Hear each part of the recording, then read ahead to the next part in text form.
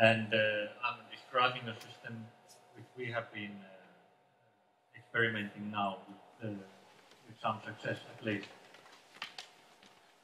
And I will show you why it's needed and what's actually done in the system and what the end result looks like.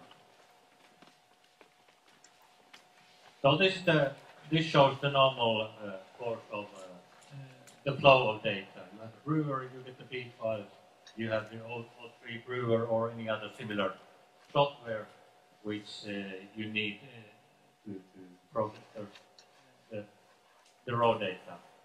And you probably have an init file that where you describe which conditions are required from the data in terms of limit angle or standard deviation or whatever.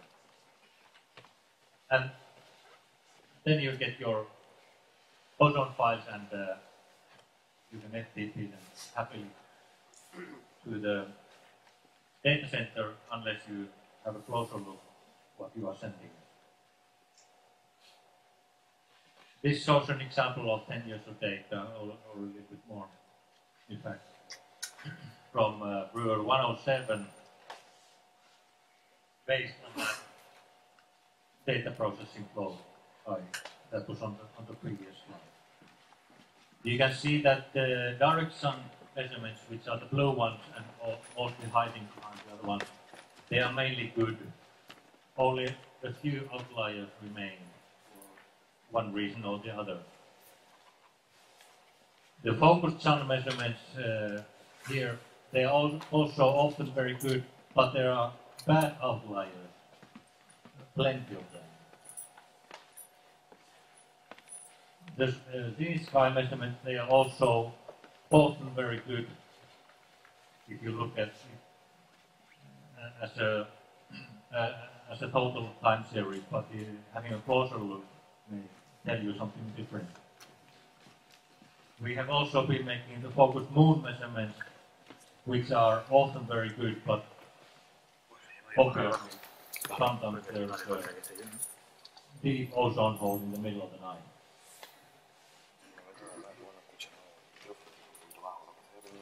So this was a standard flow data.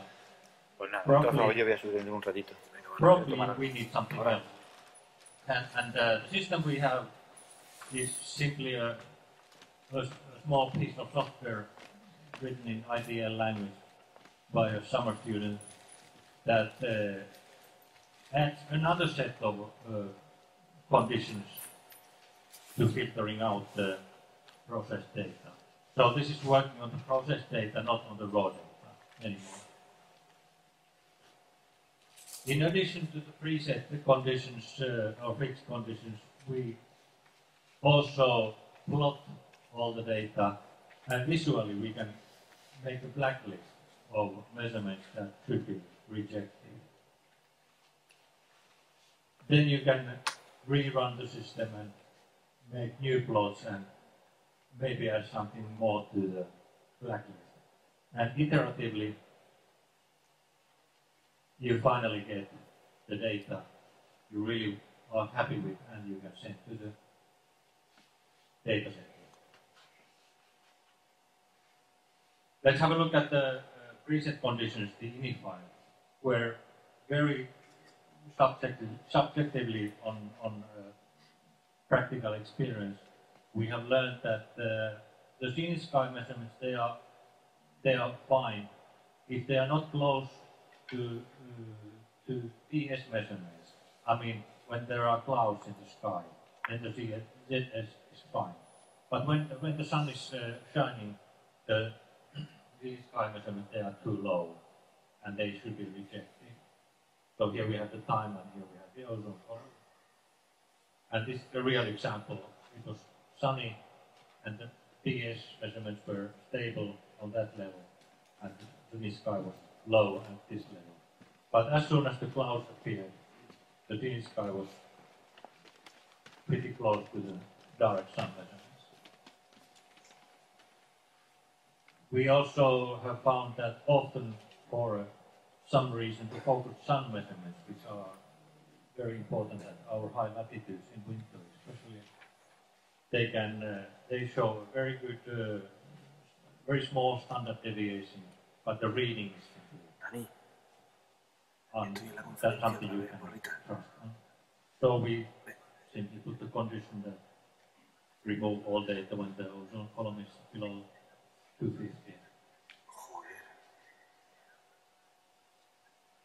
We have also been using the SO2 column as an indicator for all good data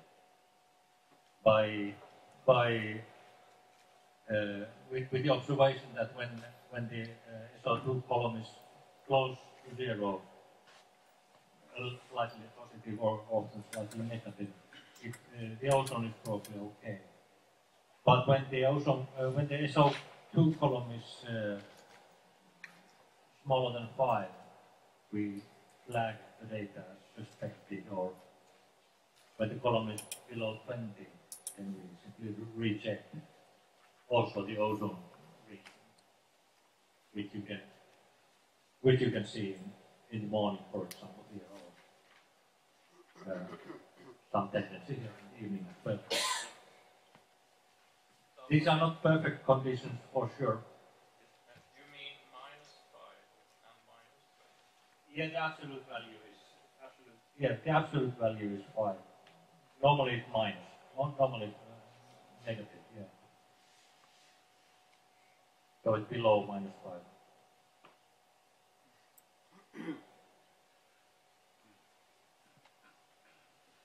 And we have also studied our focused moon measurements, but never found out why they behave very very badly when the conditions are ideal.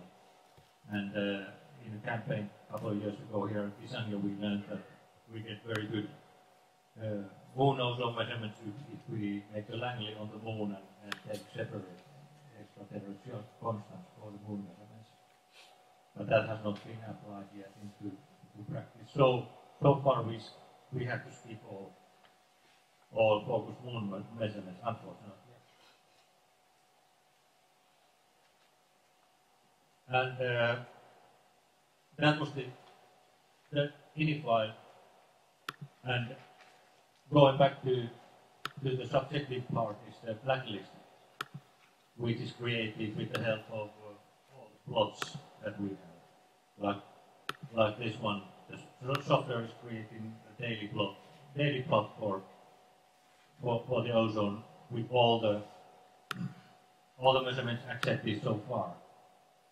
And it needs to point out that, for example, here in the afternoon, in a very short time, the ozone jumped by 30 Dobson units, which may not be true.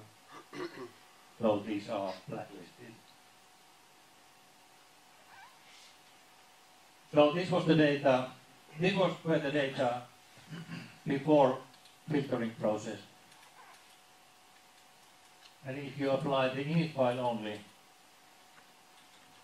you get a much better data set.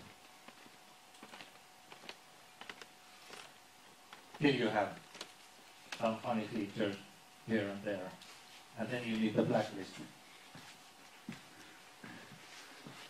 which finally links out your data to something you can probably believe. Maybe some outliers still, but that may need another iteration in the process.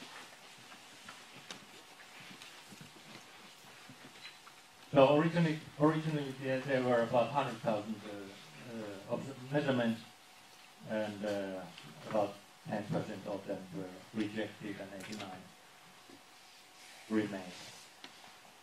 So, considering the increase of the quality of this data set, I think it was worth skipping this 10%, 11%. Thank you. Any questions?